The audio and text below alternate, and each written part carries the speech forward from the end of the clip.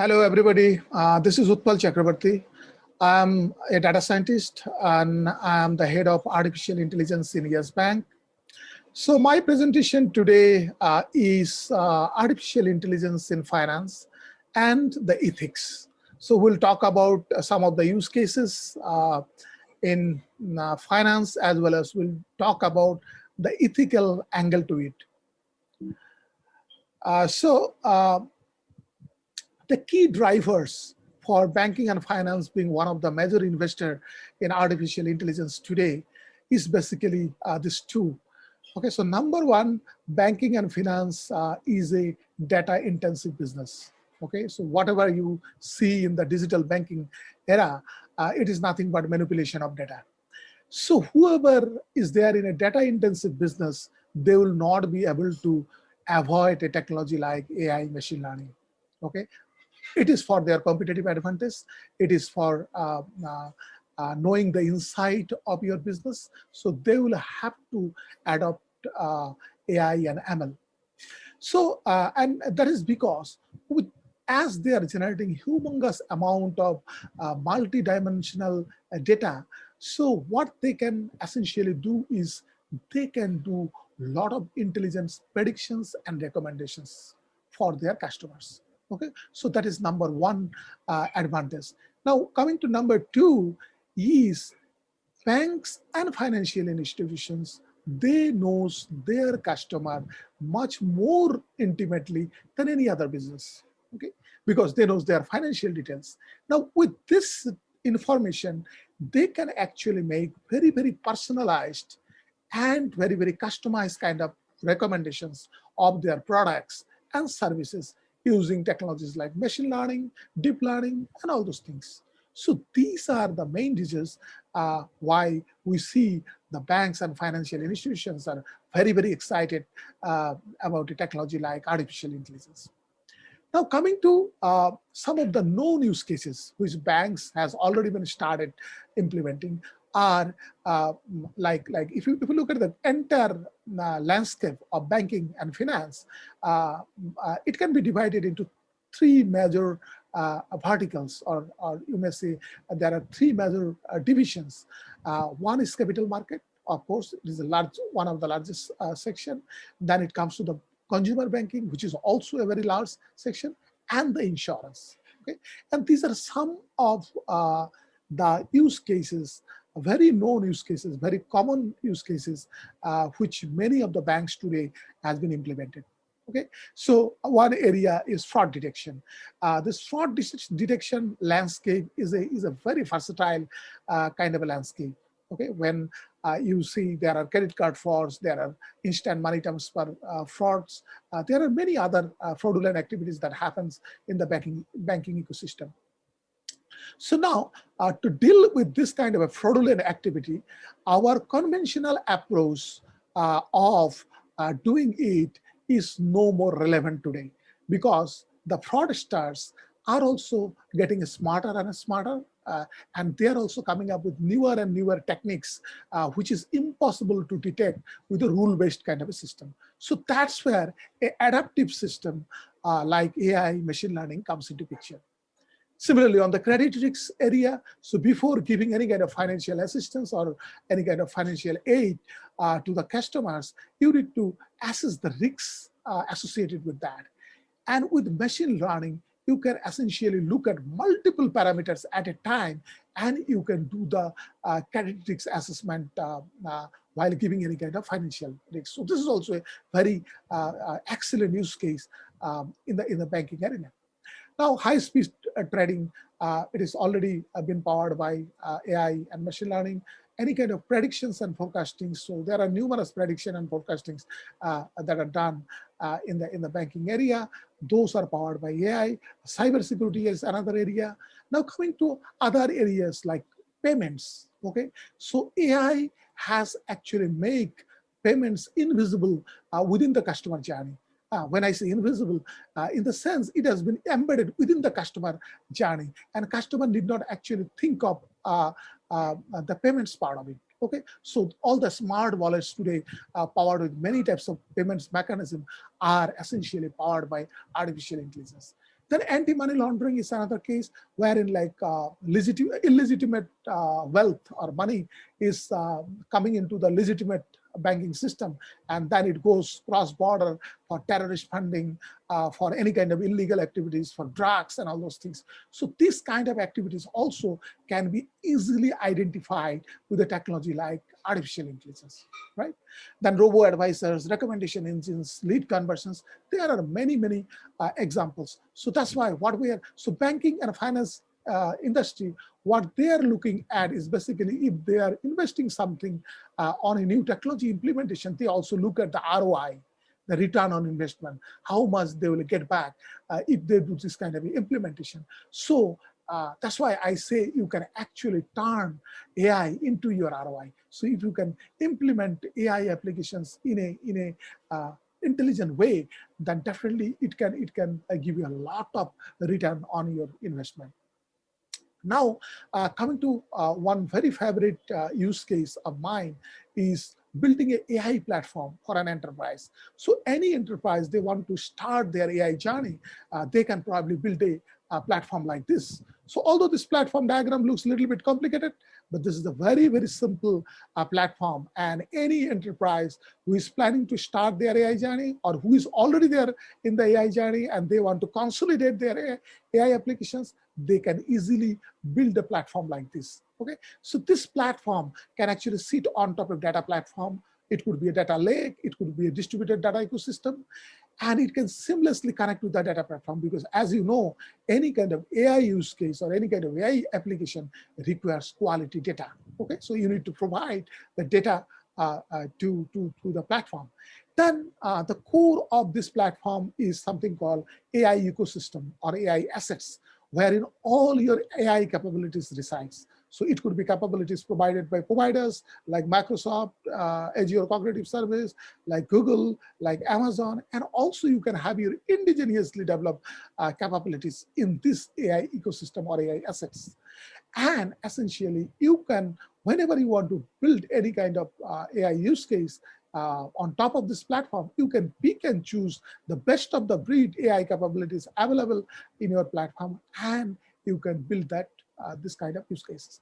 This platform is also capable of seamlessly connecting with your hosting channels. Your hosting channels could be your Facebook Messenger, it could be your WhatsApp Messenger, or for a banking environment, it could be your mobile banking, your net banking, or your chatbot banking. So essentially, you can seamlessly connect or deploy your AI services into your channels. At the same time, it can also connect with your transactional systems, or the systems like your CRM systems or your Salesforce, your RPA systems, or any kind of systems available in your banking ecosystem. And you can essentially build many use cases in a very rapid development manner if you have a platform like that. Because as you know, while developing any kind of AI use cases, 70% of the time we actually invest on preparation of data, preparation of models, and all those things. So with a platform in hand like this, you can essentially reduce that preparation time to a great extent. Okay, so this is the power of a platform like this. Now, coming to another use case, which is also very important in a banking environment, is unstructured document processing in a cognitive manner, right? So any banking department, so let's take the example of the loans department or the insurance claims department.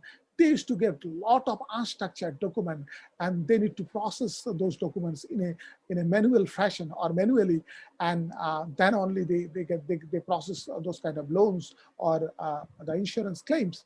Now, with a cognitive solution like this, you can essentially employ different NLP techniques, different machine learning techniques, deep learning techniques, and you can process those unstructured documents like Word, PDF, any kind of text documents, any kind of machine-generated document, or any kind of image of a document. And essentially, you can process those documents in a much faster and in a very efficient way. So this is also a very important use case in a banking system, and it can be implemented in many of the departments, and not only in bank. In fact, in any enterprise, this kind of solution is helpful to actually save their time, bring efficiency into the entire process. Now, similar kind of a solution is like email analytics solution. So the common email box of any enterprise is probably bombarded with millions of emails every day, right? And it is very, very difficult and time-taking for the entire email processing department to process those emails and respond to those emails in a timely manner, because it is millions of emails. So if you have a 100-member team also distributing all those emails among them and then replying back to them one by one is a difficult task. Now with a solution like this, you can essentially get a dashboard in front of you in the morning, and you can see, oh, hey, out of this million emails, probably these 100 emails are of high importance. So I need to answer those 100 emails in first 1 hour or 2 hours, okay? And I can distribute it among my team. And these are the follow-up emails which need some kind of a follow-up. And there are probably many emails which are like, which can be auto reply using some RPA, robotic process automation kind of a technology. So probably somebody is looking for some insurance form, somebody is looking for some credit card form. So essentially you can automate the entire process using this kind of a solution. And again, the underlying technology behind this kind of solution is exactly the same what I have shown in the last slide.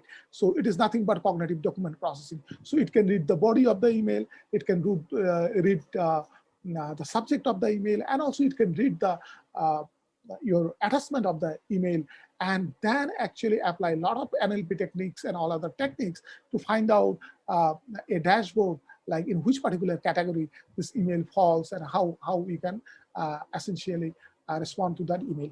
So this is a brilliant application again. Now coming to another application, which is like chatbot.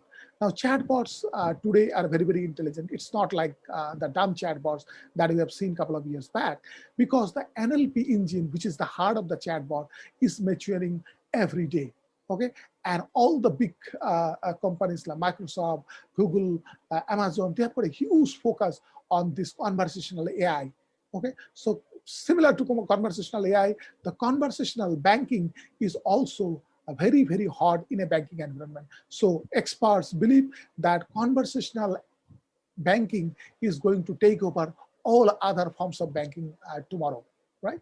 So in that way, so you can build a chatbot, and this chatbot probably is a transactional chatbot. So it is not only the answering the queries like FAQs, but also you can actually render your services like send money, then pay your electricity bill, book fixed deposit, book recurrent deposit, or any other kind of transactions in a chatbot in a lightweight medium like this. And this chatbot can be rendered in your WhatsApp, which we call WhatsApp banking. It can be rendered into your voice devices like your Alexa or Google Home. The same can be rendered into any kind of messengers like Facebook messengers. Also, it can be rendered into your mobile banking or in your net banking. So this is the kind of a chatbot you can make today with this kind of technology. And these are powered by NLP, natural language processing, machine learning, deep learning, and other technologies.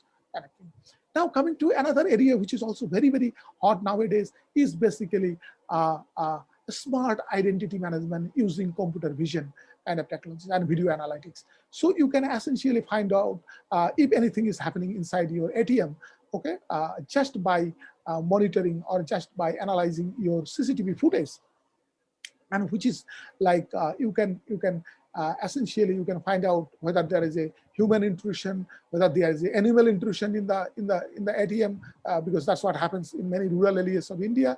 And also you can find out if somebody is trying to destroy your ATM or somebody is actually fighting inside your ATM. You can real time detect it and you can generate alerts from that, right? So this is also a brilliant solution which is coming up in the banking spectrum.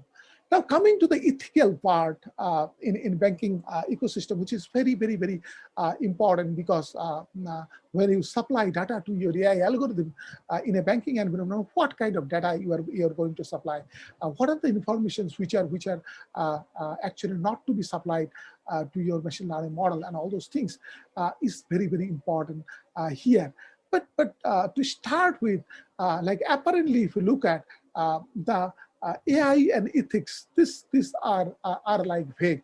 Okay, so ethics in AI is a vague term, or it's a unclear term. So there is no definition to it, because one of the reason is ethics cannot be enforced.